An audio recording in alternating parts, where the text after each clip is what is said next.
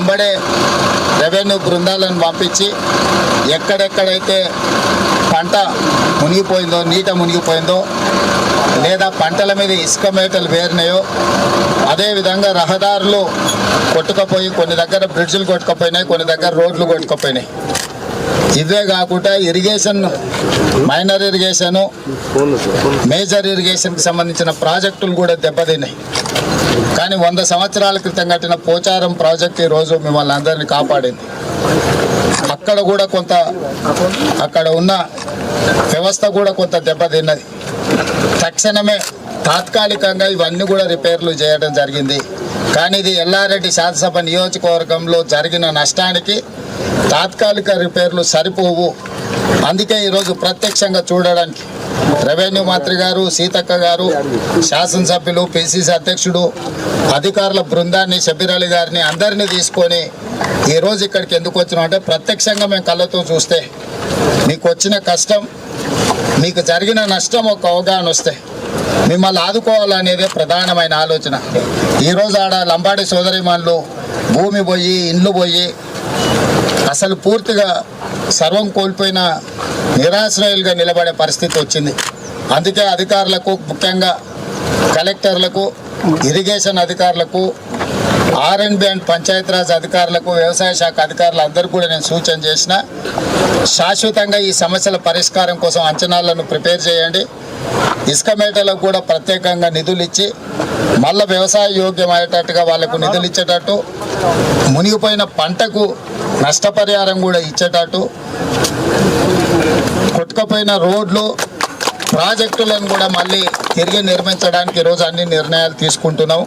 ఇప్పుడు ఇక్కడ నుంచి వెళ్ళిన తర్వాత ఇంకా కొన్ని ప్రాంతాలను పర్సనల్గా చూసి కలెక్టర్లను, అందరు అధికారులతో మాట్లాడి అన్ని సమస్యలు పరిష్కరించే బాధ్యత ప్రభుత్వం తీసుకుంటుంది. ఈరోజు ప్రాణ నష్టం జరగకుండా, ఆస్తి నష్టం జరగకుండా మీ శాసనసభ్యుడు, మీ అభిమాన నాయకుడు పూర్తిగా మీ ఎంబడి ఉండి చాలా మంది ప్రాణాలను కాపాడారు. అంతా బాగున్నప్పుడు మనకు అందుబాటులో ఉన్నా లేకపోయినా పర్వాలేదు, కష్టం ఉన్నప్పుడు తోడు ఉండేవాడే నాయకుడు.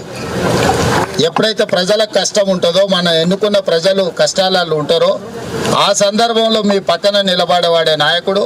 మీ ఎమ్మెల్యే గారు మీకు అందుబాటులో నిలబడి మీకు కావాల్సిన సహాయ సహకారం అందించడమే కాకుండా ఈరోజు ప్రభుత్వం మొత్తాన్ని ఎల్లారెడ్డి శాసనసభ నియోజకవర్గానికి తీసుకొచ్చిండు. ప్రభుత్వంలో ఉండే ముఖ్యమంత్రిని, సీతక్కను, రెవెన్యూ మంత్రిని, పిసిసి అధ్యక్షుడిని అందరిని కూడా మీ దగ్గరికి తెచ్చిండంటే మీ ప్రాంతము, మీ ప్రజలకు వచ్చిన కష్టము, నష్టాన్ని ఈరోజు సరిదిద్దడానికి, ప్రాణాలు కూడా కొంతమంది అంటే చాలా వరకు SDRF అన్ని సంస్థలతో సమన్వయం చేసి చాలామంది ప్రాణాలను కాపాడిండు.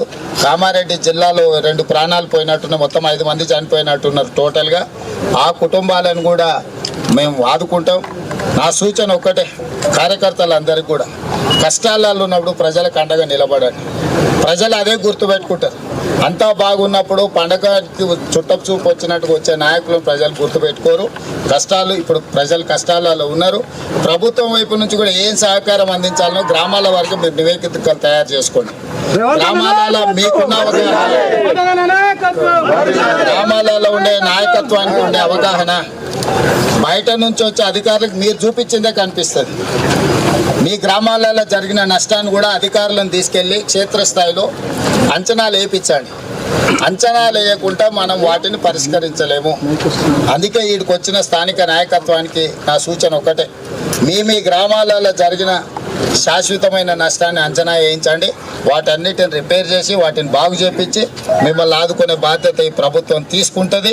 ప్రభుత్వం మీకు అండగా ఉంటుందని తెలియజేయడానికి